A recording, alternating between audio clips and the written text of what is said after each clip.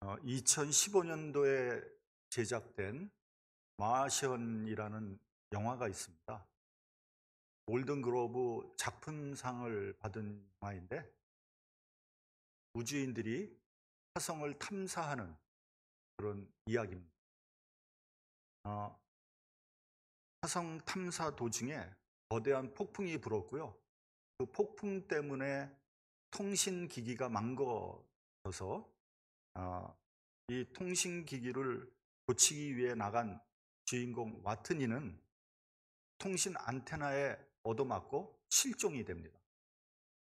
그 대원들이 밖에 나가서 와트니를 찾으려고 노력을 했지만 찾지 못했어요. 게다가 그 와트니의 생명 유지 장치가 끊어져 버렸어요.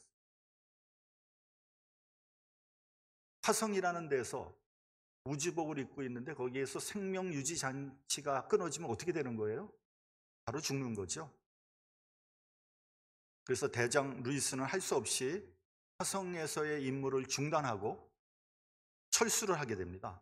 그러면서 와트니의 사망을 공식적으로 발표하죠. 그런데 이 와트니는 기적적으로 살아남게 됩니다.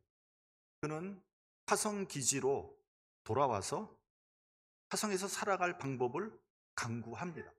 왜냐하면 화성의 다음 팀이 오기까지 무려 4년이 걸리기 때문에 그런 거죠. 그래서 그때까지 화성에서 어떻게 하든지 살아남아야 되는 거죠. 그 기지에 남아있는 식량은 다 합해봐야 300일 분밖에 안 되는 겁니다. 어떻게 해야 되나? 와트니는 식량을 확보할 계획을 세웁니다. 햇빛은 있고요. 화성의 흙에다가 보관된 인분을 섞어서 거름을 만듭니다. 그리고 지구에서 갖고 간 감자 씨를 심어서 감자를 가꾸려고 하는 거죠. 자, 흙은 있죠. 햇빛 있죠. 감자 씨 있죠. 뭐가 필요하죠? 뭐가 더 필요하죠? 물이 필요하죠. 물을 어떻게 구할 것인가? 그래서 와트니는 로켓 연료에다가 질소와 수소를 연결시켜서 불을 붙이고 연소시켜서 물을 만들려고 하죠. 몇 번의 실패를 거쳐서 드디어 물방울이 똑똑 떨어집니다. 그래서 감자밭의 흙 위에 서서히 물기가 젖어 들기 시작하는 거예요. 그리고 시간이 지난 후에 감자는 뿌리를 내리고 싹이 돋고 자라기 시작합니다. 이제 중약하고 와트니는 결국 우여곡절 끝에 지구로 다시 돌아온다는 재미있는 얘기입니다. 요즘 무인 우주선이 화성을 탐사하고 있죠. 미국에서도 보냈고요. 아마 중국에서도 보낸 것 같아요. 심지어는 아랍에미레이트라는 나라도 화성에 우주선을 보냈습니다. 근데 그 중에 뭐니 해도 제일 유명한 것은 일론 머스크의 스페이스 X라는 야심찬 계획인 거죠. 일론 머스크는 2026년까지 일단의 인간들이 화성으로 이주하게 될 것이다. 이렇게 얘기를 했습니다. 가능할까? 2026년 지금부터 4년밖에 안 남았는데 그 사람들이 화성에 갔다가 돌아올 수 있을까? 그만한 기술이 확보가 된 걸까? 제가 보기엔 대단히 무모한 계획인데 어찌됐건 잘 될는지 두고 봐야 될 것 같아요. 제가 보기엔 안 될 것 같아요. 일론 머스크가 뻥을 친 것 같아요. 그 친구 헛소리 많이 하지 않습니까? 화성에서 인간이 산다면 가장 중요하게 생각해야 하는 것은 바로 물을 확보하는 겁니다. 만약에 물만 있다면 가까운 미래에 화성에 사람이 살 수 있는 기지가 건설될 수 있는 거죠. 세계의 유명한 천체 물리학자들이 지구 외에도 이 우주에 생명체가 살고 있는가를 찾고 있습니다. 상식적인 얘기지만 우리 지구는 태양계 안에 있지 않습니까? 그리고 이 태양계는 은하계라는 거대한 그런 별자리 안에 있는 거죠. 이 은하계는 태양계와 같은 그런 별들이 그런 별자리들이 무려 1000억 개나 있다고 합니다. 그리고 전 우주에는 그러한 은하계가 무려 1000억 개가 또 더 있다는 거예요. 은하계 같은 것이 전 우주에 1000억 개가 있다는 거예요. 근데 제가 보기엔 그보다 더 많을 것 같아요.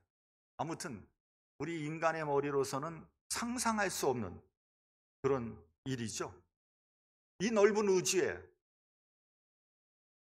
지구와 비슷한 조건의 행성이 있을 수도 있다는 거죠. 칼 세이건이라는 유명한 코넬 대학교 천체 물리학자는 만약에 이 넓은 우주에 생명체가 살아있지 않다면 지구를 빼놓고 그것은 엄청난 낭비다, 뭐 이런 얘기를 했습니다. 생명체가 살 수 있으려면 가장 필요한 것이 물입니다. 그래서 물이 있는 행성을 찾는 게 중요한 거죠. 그래서 2016년 지구에서 제일 가까운, 지구와 아주 흡사한 그러한 행성을 발견했는데 그 거리는 무려 태양계에서 4.24 광년 떨어진 데. 이게 제일 가까운 데라는 거예요. 4.24 광년. 여러분, 1광년은 빛의 속도로 1년을 가는 속도 아닙니까? 똑딱 30만 킬로미터 가는 빛의 속도로 1년을 가야 된다는 거예요. 그 별을 가려면 편도로 4.24 광년이니까 왕복하면 얼마입니까? 8.48 광년이 걸린다는 거예요. 인간의 능력으로는 죽었다 깨나도 안 되는 거죠. 인체를 구성하는 요소를 보면 물이 약 70% 정도를 차지한다는 거 아닙니까? 그래서 물이 이렇게 빠지면 사람의 피부도 쭈글쭈글해집니다. 그래서 젊게 보이려면 물을 많이 마시라는 거예요. 우리는 어머니 자궁에 있을 때부터 물 위에 떠 있는 거예요. 우리는 물과 함께 태어나고 물과 함께 살아가는 거예요. 인류의 문명은 항상 큰 강이 있는 데서 시작됐습니다. 물이 없다면 인간이 살 수 없고요, 문명이 생겨날 수 없는 거죠. 우리나라 서울도 한강을 끼고 있지 않습니까? 그러므로 물은 마치 아기의 탯줄과 같이 생명이 존재하기 위해서는 반드시 필요한 거죠. 그런데 지금 세계는 물 부족 현상을 겪고 있습니다. 아프리카의 원시림이 점점 줄어들고 있고요, 초원지대도 사라지고 있다는 거예요. 반대로 아프리카 북부에 있는 사하라 사막은 점점 넓어지고 있다는 거죠. 자연 파괴와 그에 따른 기후의 변화로 아프리카의 절반 이상이 사막화돼 가고 있다고 합니다. 그러니까 우리는 보통 아프리카 하면 뭐 밀림에다가 사파리 이렇게 생각하는데 이제는 더 이상 아프리카가 그런 지역이 아니라는 거예요. 지구의 허파인 아마존 지역도 밀림이 사라지고 있고요, 물이 말라가고 있다고 합니다. 많은 동식물들이 멸종 위기 앞에서 신음하고 있습니다. 한국도 물이 부족한 나라로 분류되고 있습니다. 그래서 앞으로 물이 석유보다 더 비싸게 팔릴 거예요. 지금도 우리가 사 먹는 그 물 석유보다 더 비싸요, 사실은. 그렇죠? 요만한 한 병 하나에 얼마입니까? 말도 안 되는 거죠. 성경에서는 이런 물 부족 현상을 일종의 저주라고 말씀하고 있습니다. 모든 생명은 물에 뿌리를 두고 있어요. 동식물이 마찬가지입니다. 식물은요, 이파리에서 햇빛을 받고 뿌리에서 물을 빨아들여서 성장하는 거예요. 우리 본당에 화초를 한 몇 달 놔두면요, 비실비실해지면서 누렇게 뜹니다. 왜요? 햇빛을 못 받기 때문에. 그곳을 갔다가 저기 라비에다 갖다 놓으니까 막 생생하게 자라나더라고요. 햇빛을 받기 때문에. 만약에 화분에 일주일에 한 번이라도 물을 주지 않으면 금방 시들어서 죽어버립니다. 생명은 세 가지의 신비로운 현상이 있는 거예요. 출생의 신비, 성장의 신비, 결실의 신비. 여러분, 이것은 우리가 다 아는 것 같지만 과학적으로 증명이 잘 안 됩니다. 분석이 잘 안 돼요. 어떻게 우리가 먹는 밥이 그것이 피와 살이 되고 그것이 에너지가 되는지 과학적으로 증명이 잘 되지 않습니다. 아무리 과학이 발달돼도 이것은 신비예요. 아주 오묘한 역사입니다. 근데 이 세 가지의 신비가 다 물이 있어야 이루어지는 거예요. 그러니까 물은 생명 유지의 절대적인 요소가 되는 거죠. 요한복음 7장 37절에 38절을 보면 예수님께서는 누구든지 목마르거든 내게 와서 마시라.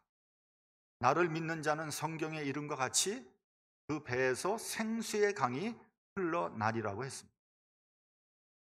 주님은 자기 스스로를 생수를 공급하는 근원이라고 말씀하고 있는 거예요. 다시 말하면 예수님은 생명의 근원이라고 말씀하고 계신 거예요. 여기서 배에서 생수의 강이 흐른다. 여기서 나오는 배는요, 배. 우리의 육신에 있는 배 혹은 스토막을 의미하는 게 아니에요. 어떤 분은요, 자기가 막 성령 충만한 은혜를 받았더니 배에서 막 물이 막 차고 물이 흐른다 그래. 그 사람은 빨리 병원에 가봐야 돼요. 배에 물이 차는 거 심각한 병입니다, 여러분. 여기서 배라는 것은요, 그것을 의미하는 게 아니라 우리의 깊은 곳, 우리의 양심, 우리의 심령을 말씀하는 거예요. 그러므로 그 배에서 생수의 강이 흐른다는 의미는 예수를 믿으면 영적인 갈증이 해소되고, 굉장히 중요한 말씀이에요. 은혜를 받으면 우리가 영적인 갈증이 해소되는 거예요. 그리고 내 영혼이 성령으로 충만하게 된다는 의미가 되는 겁니다. 우리의 육신이 물이 절대로 필요한 것과 마찬가지로 우리의 영혼도 하나님의 말씀과 성령의 역사가 절대적으로 필요하다는 것을 알려주는 중요한 말씀인 거죠. 우리 본문 5절을 같이 봉독하겠습니다. 본문 5절. 시작. 나 여호와가 이같이 말하노라. 무릇 사람을 믿으며 혈육으로 그 권력을 삼고 마음이 여호와에게서 떠난 그 사람은 저주를 받을 것이라. 보세요. 사람 믿고 혈육으로 그 권력을 삼는, 이 세상 것으로 뭔가 좀 성취하려고 하는, 그리고 마음이 여호와께서 떠난 그 사람은 저주받을 거예요. 하나님을, 그리고 그 6절을 보면요, 그는 사막의 떨기나무 같다 그랬어요. 하나님에게서 떠난 자는요, 그 마음이 거칠어지고 메말라져서 사막화 된다는 거예요. 좋은 일이 생길 수 없죠. 그런 광야와 사막 같은 데 사람이 살 수가 없는 거 아닙니까? 제 매지의 목사가 있습니다. 우리 교회 벌써 여러 번 와서 설교를 했죠. 근데 그 부부가 이스라엘 성지순례를 가서 한번 광야를 한번 걸어보자, 이렇게 결정을 한 거예요. 이스라엘 백성들이 40년 동안 광야를 헤매고 다녔잖아요. 40년은 못해도 그래도 며칠 정도는 한번 광야를 한번 체험해 보자 했다는 거예요. 근데 그 부부가 미국의 트레킹 코스도 많이 다니고 훈련을 많이 했거든요. 그 베테랑이에요. 그런데 이스라엘 광야에서 하루 종일 걷고 죽을 뻔했다. 죽는 줄 알았대. 아무것도 없고 막막한 광야를 걷는데 햇빛은 내려쬐죠. 날씨는 덥죠. 목은 마르죠. 도저히 견딜 수가 없었다고 합니다. 미국의 길과는 차원이 다르다고 합니다. 여러분, 광야 40년 길은요, 하나님께서 구름 기둥과 불 기둥으로 보호를 해주셨지만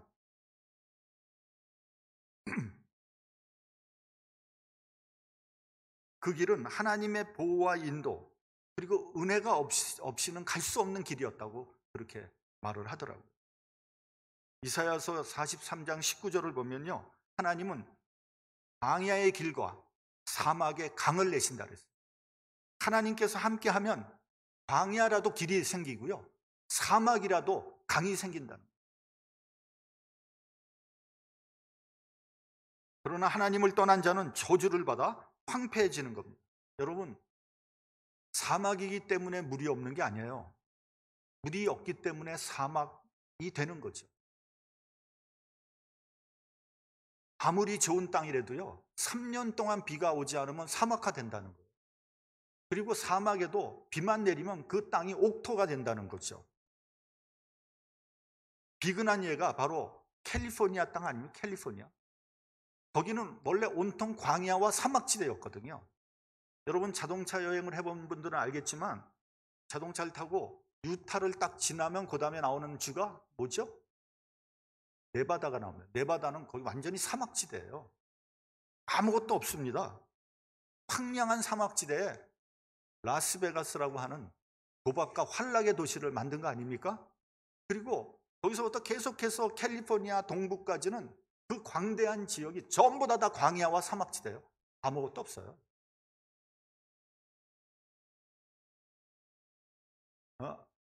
얼마나 더운지 몰라요.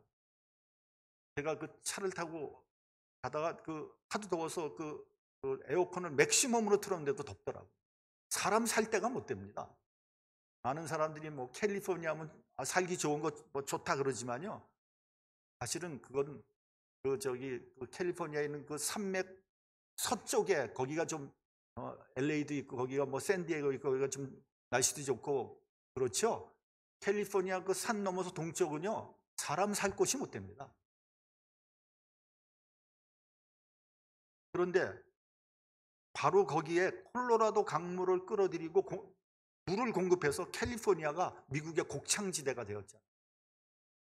여러분, 캘리포니아 오렌지 유명하잖아요. 햇빛이 워낙 강렬하니까 당도가 높아져서 맛있는 거예요. 그래서 유명한 거예요. 이스라엘 광야도 개척해서 옥토로 만든 비결은 물을 공급했기 때문입니다. 사람도 마찬가지입니다. 생수, 즉 말씀과 성령의 역사가 끊어지면요, 심령이 황폐해지고 인간성이 파괴되는 거예요. 그 마음이 사막화되는 겁니다. 아무리 지식이 많고 뭐 물질이 많고 능력이 많아도 심령이 황폐해진 사람은 아무짝에도 쓸 수 없습니다. 그런 다른 사람한테 해가 되고요, 사회에 악이 되는 거예요. 저주받은 심령이 되는 거예요. 여러분, 한번 요즘 생각해 보세요. 요즘에 얼마나 부자입니까? 예를 들면 한국 얼마나 부자예요. 또 건강하잖아요. 오래 살잖아요. 배우기도 많이 배웠잖아요. 지식도 많잖아요. 그러나 심령이 황폐해졌어요. 왜 그런 겁니까? 생명의 말씀이 없어서 그렇게 된 거예요. 그러나 거칠고 황폐해진 심령이라도 하나님의 말씀과 성령의 역사가 함께하면 옥토와 같은 마음밭이 되는 겁니다. 요즘은 무한 경쟁의 시대지요. 다른 사람을 어떻게든지 꺾고 누르고 이겨야지 살아남는 시대입니다. 그렇게 하다 보니까 심령이 황폐해졌고 인간성이 파괴됐어요. 여러분, 한국에서 보면요, 아이들이 왕따 당하고 뭐 집단 폭행을 당해서 자살하는 학생들이 뉴스에 종종 나오지 않습니까? 학교 성적이 오르지 않는다고 아파트 꼭대기에 올라서 뛰어내려 죽습니다. 그러니까 중고등학교 학생들이 막 약물 자살하고 투신 자살을 하는 거예요. 이 아이들을, 이 학생들을 어떻게 하면 좋겠습니까? 어떻게 살려야 되겠습니까? 뭐 공부 잘하고 못하고 좋은 대학 가고 뭐 안 가고가 중요한 게 아니에요. 먼저 사람이 살아야 되잖아요. 인간성이 돼야 되잖아요. 그래서 어떤 학자가 하는 말을 제가 들었어요. 분이 뭐라 그러냐면요, 한국은 대학 입시 없애야 된다는 거예요. 그 인류 대학 없애야 된다는 거예요. 그 대학 등록금 다 공짜로 그냥 보내줘야 된다. 유럽식으로 하자는 거죠. 그러니까 하기 싶은 사람만 가는 거예요.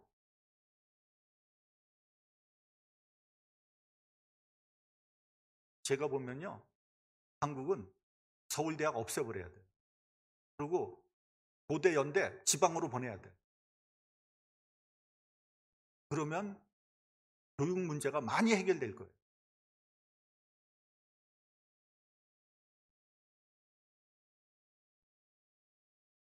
그 전에 고등학교만 나와도 좋은 직장을 잡을 수 있게 해줘야 됩니다. 도대체 고등학교를 졸업한 학생들의 대부분이 대학을 가는 나라는 지구상에 대한민국밖에 없어요.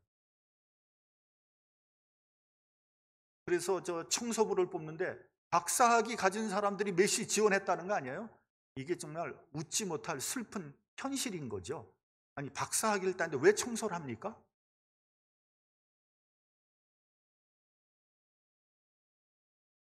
그러니까 위에서부터 아래까지, 기성세대부터 어린아이까지 심령이 황폐화된 거예요. 폐역해졌어요. 특히 기성세대가 책임이 큰 거죠. 지금 한국의 대통령 선거가 한 달도 남지 않았어요. 그런데 한번 보세요. 지금 대통령 나온 사람들, 그 부인들 가관이죠. 하여튼 비호감의 끝판왕들이에요. 그 여당 야당 하는 꼴을 보십시오. 서로 죽이려고 눈을 부릅뜨고 이를 악물고 싸우고 있어요. 아니, 좀 경쟁을 해도 신사적으로 할 수 없는 겁니까?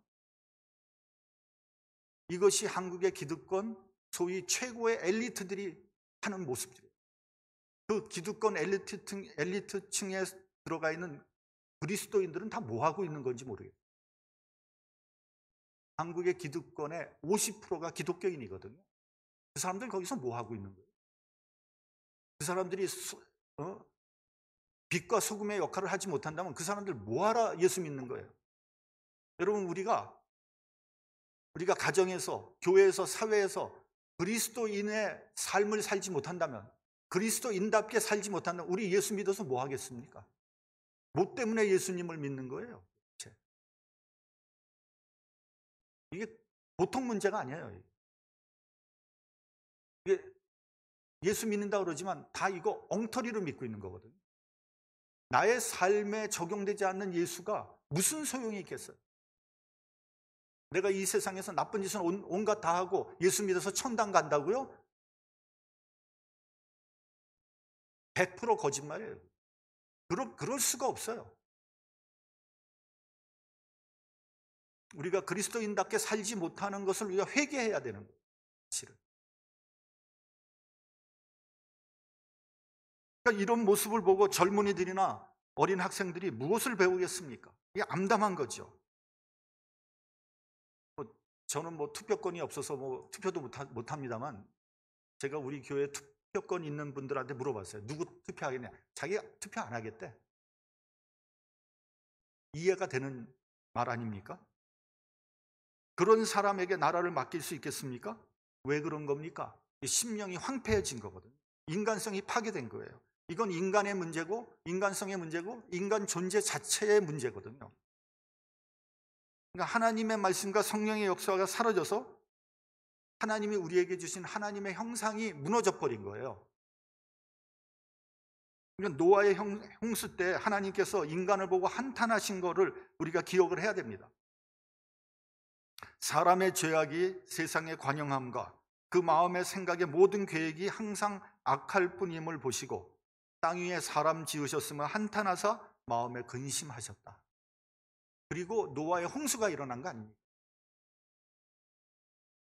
본문 13절을 보면 이렇게 되어 있어요. 여호와를 떠나는 자는 흙의 기록이 되오리니 이는 생수의 근원이신 여호와를 버립니다.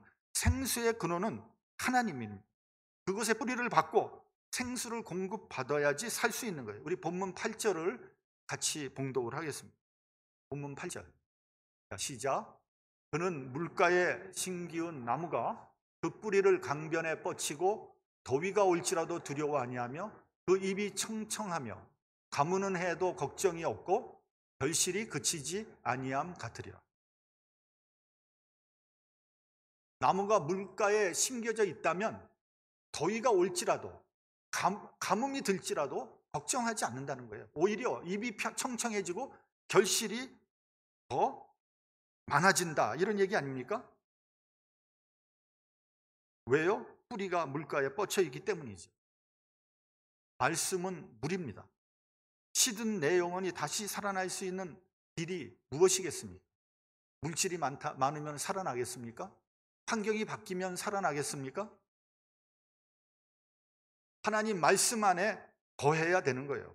말씀을 묵상하고 그 말씀이 내 삶 속에 뿌리를 내려야 내 영혼이 살아나는 거예요. 시편 1편을 보면 이렇게 돼 있지 않습니까? 복 있는 사람은 오직 여호와의 율법을 즐거워하며 그 율법을 주야로 묵상하는 자로다. 저는 시냇가에 심은 나무가 시절을 쫓아 과실을 맺으며 그 잎사귀가 마르지 아니함 같으니 그 행사가 다 형통하리로다 라고 되어 있습니다. 여러분 몸과 마음이 지치면 여러분은 어떻게 합니까?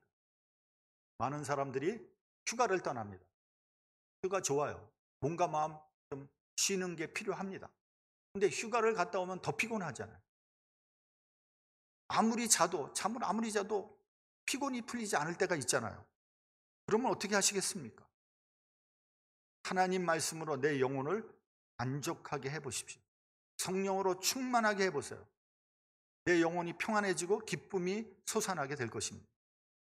내 배에서 생수의 강이 흐르는 것을 체험할 수 있을 겁니다. 그러면 내 몸과 마음에 쌓인 피로가 깨끗이 풀리게 됩니다. 저는 목회를 하다 보면 힘들고 어려운 일들이 있잖아요. 지치는 일들이 있잖아요. 그러면 정말 하나님 말씀을 묵상하고 설교를 구상하고 이거 진짜 하기 싫어요. 생각이 안 나. 아주 성경책도 보기 싫어. 너무 심신이 피곤하면. 그러나 제가 목사잖아요. 매주 설교해야 되잖아요. 안 할 수가 없잖아요. 그러니까 할 수 없이 성경 말씀을 보는 거예요. 보고 묵상하고 설교를 이렇게 만들다 보면 나도 모르게 내 심령이 살아나 있는 것을 깨닫게 돼요. 그러니까 목사가 매주 이 설교를 하는 것은 큰 부담이지만 그 설교를 내가 생각하고 내 그 말씀에 은혜 받으면서 내 처진 슬럼프된 내 영혼이 살아나는 것을 저는 너무나 여러 번 깨달았어요. 그래서 제가 목회를 할 수 있는 거 아니겠습니까? 생수의 뿌리를 내리고 있으면 날씨가 덥고 햇빛이 강렬하게 내리쬐이면 쬐일수록 결실은 더욱 풍성해지는 거예요. 이 말은요, 바꿔 얘기하면 이런 말이에요. 우리가 말씀 위에 든든히 서 있다면 우리 인생 가운데 고난이 오고 시련이 온다고 할지라도 우리의 믿음은 더욱 강해지고 성령의 열매는 주렁주렁 열리게 되는 거예요. 그러니까 여러분, 고난이 중요한 게 아니에요. 여러분, 시련 얼마든지 여러분 우리가 살아가는데 시련이 없으니까 고난이 없으니까 그걸 어떻게 이길 수 있어요? 내가 말씀 위에 바로 선다면 그런 것이 오히려 내 심령을 더 강하게 한다는 거죠. 마치 캘리포니아의 오렌지처럼 말이죠. 존 워너메이커라는 유명한 사업가가 있습니다.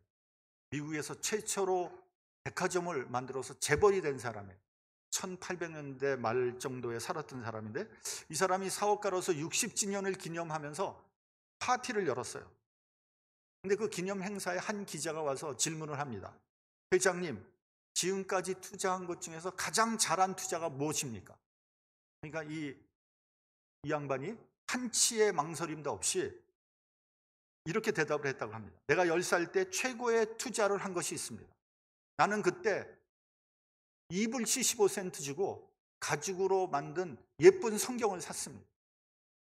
그것이 내 인생에 있어서 가장 위대한 투자였습니다. 왜냐하면 그 성경이 지금 나를 만들었기 때문입니다. 기자가 다시 물었습니다. 그러면 성경만 사면 성공하는 겁니까? 그렇지 않습니다. 먼저 하나님을 믿고 그 말씀을 실천해야 됩니다. 하나님을 신뢰하고 즐겁고 기쁘게 일을 하다 보면 나도 모르게 내 옆에 어느새 성공이 와 있게 돼 있는 것을 느끼게 된다는 거예요.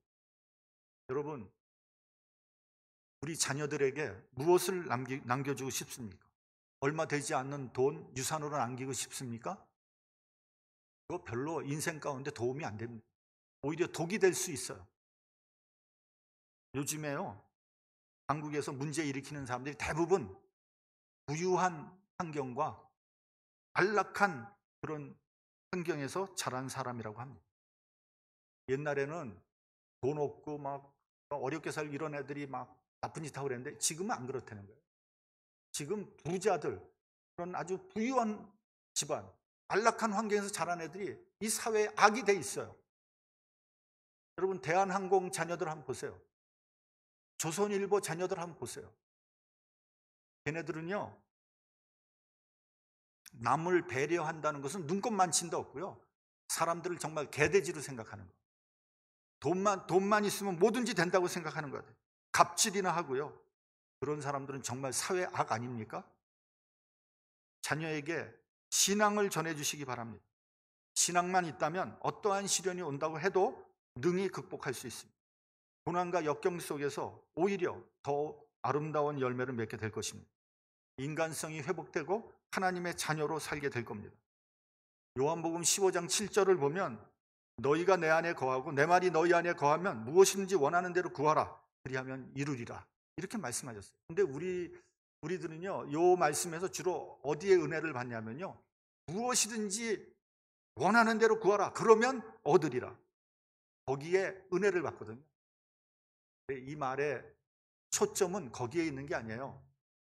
내 말이 너희 안에 거하면, 이게 이 말의 초점이에요. 내 말이 너희 안에 거하면 네가 무엇을 구하든지 그것을 이루게 될 것이다. 만약에 내 말이 너희한테 거하지 않는데 그냥 엎드려서 하나님한테 그냥 달라 해서 하나님이 주시면 어떻게 되겠어요? 그래서 우리의 믿음이 기복신앙이 되는 거거든요. 말씀은 하나도 없고 그저 하나님 앞에 매달려가지고 그냥 받으려고는 하니까 그게 말이 안 되잖아요. 말씀의 생수에 뿌리가 닿아 있으면 내 영혼이 해결되고 모든 문제가 해결되는 겁니다. 여러분, 지금 여러분을 힘들게 하는 것이 무엇입니까? 경제적인 문제입니까? 사업이 잘 안 됩니까?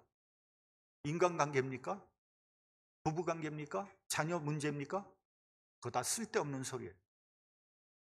가장 근본적인 문제는요, 생수가 떨어진 거예요.